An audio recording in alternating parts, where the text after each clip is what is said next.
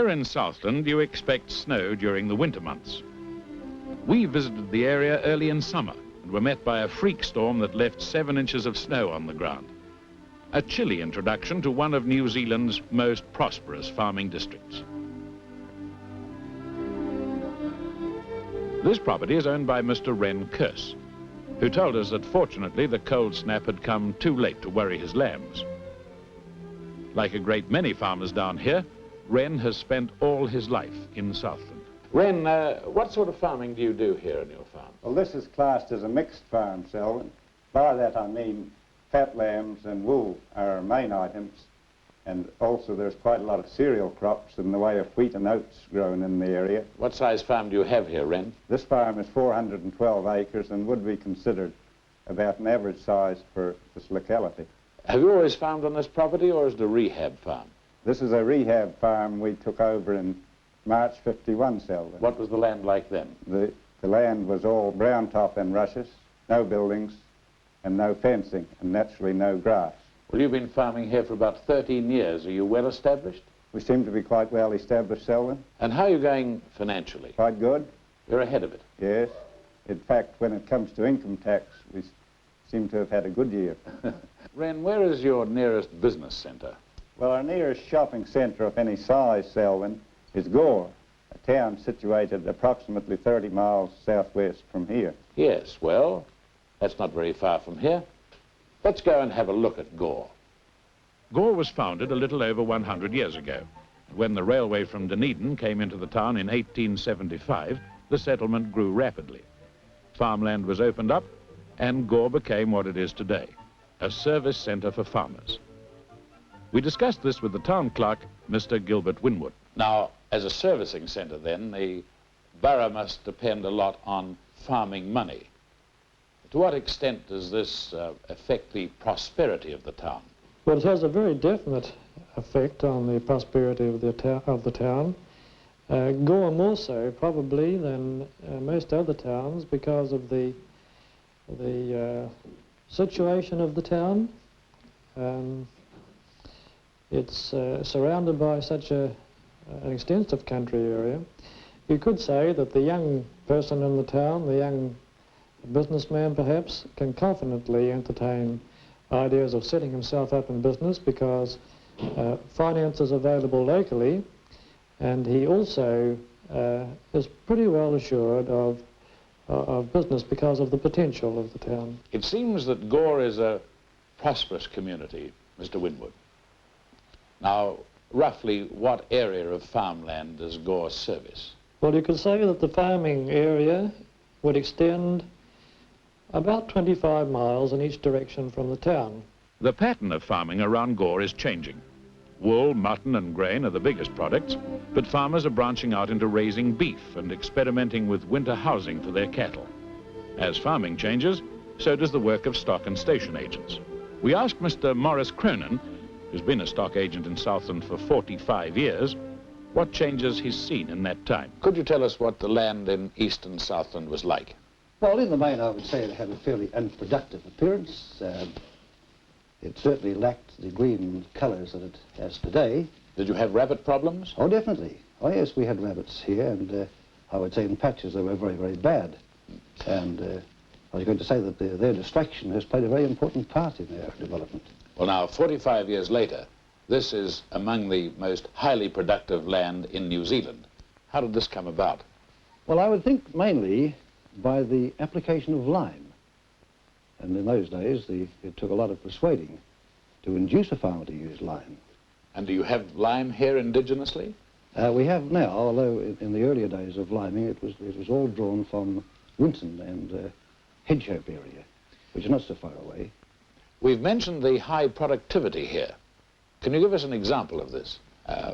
Can you quote figures of a farm, for instance, that has a high holding? I could do that. For example, a young farmer who was just in the other day.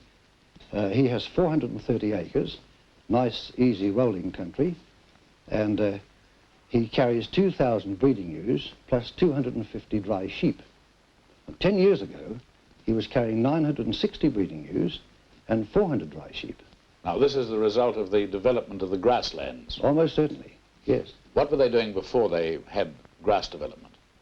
Well, in the earlier days, it was the custom for the farmer to grow very extensive areas of Swedes.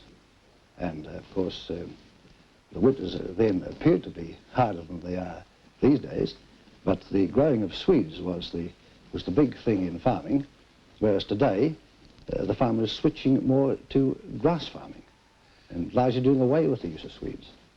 In this area of East and Southland, what roughly is the sheep population? I think the sheep population, as far as I can find out, is around about 2 million sheep. And have you any idea what goes through the stockyards here each year? Yes, through our own stockyards here, we would sell, I have the figures here somewhere, we would sell something like 5,600 store cattle through our own yards in Gore here, plus 4,500 fat cattle, and very nearly 80,000 store sheep. The sheep and cattle going through Gore's stockyards have been raised on some of the richest country in New Zealand.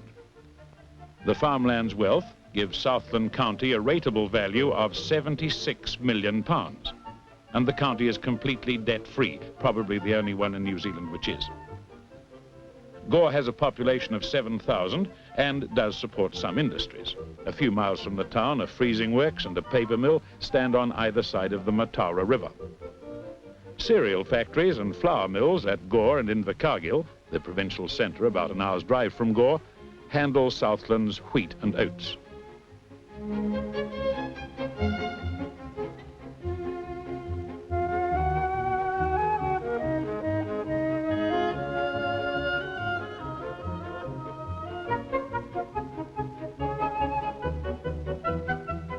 This breakfast food factory in Gore has 30 people on the staff, which makes it the biggest single employer in the town.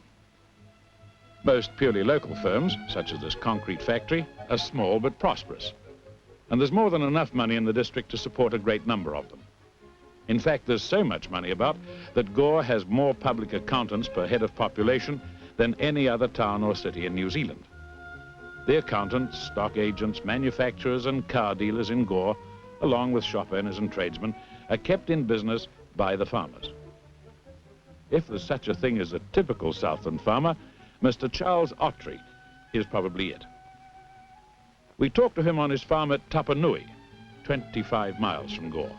Mr. Ottery, what is the size of your property here? 308 acres. And what sort of farming are you doing generally? Well, it's mostly stud breeding, Romney sheep. Oh, you breed Romney sheep. Now, Yeah. why did you choose Romney as a breed? Well, because it's the most suitable sheep in these parts. What's it used for? Is it a... Well, it's a dual-purpose sheep. It shears good fleece of wool, and it's also good for the progeny, good for export. Well, this is terribly good for New Zealand's exports in wool and in meat. That's right. Do you do any cattle breeding at all? Yes, well, we breed a few cattle, a few Aberdeen Angus, and we also fatten about 50 or 60 bullocks each What, year. for killing? For export and for butchers. Now, do you grow any grain? Yes, we usually grow about 15 to 20 acres a year, And what's your yield from that? or anything from 70 to 100 bushels. And per is that acre. regarded as a good yield for New Zealand? Oh, yes, that's very good. Be above average. And you also dabble a little in race horses. Yes, I have a mare that I breed a few race horses from. Is this as a hobby, or do you do this as a business? Just a hobby. Is it a good hobby? Oh, well, sometimes I have a pretty good horse just now. Racing is just as popular here in Southland as it is anywhere else in the country.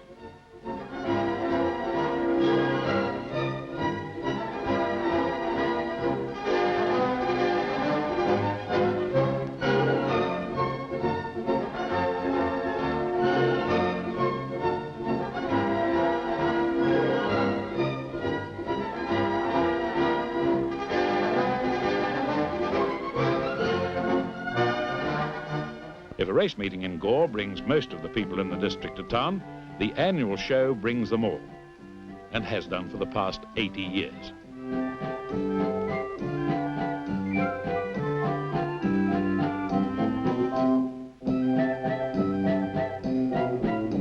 Since Gore's first A&P show, Sideshow Alley has changed, fashions have changed, and good horsemanship is now a sport, not a necessary part of living.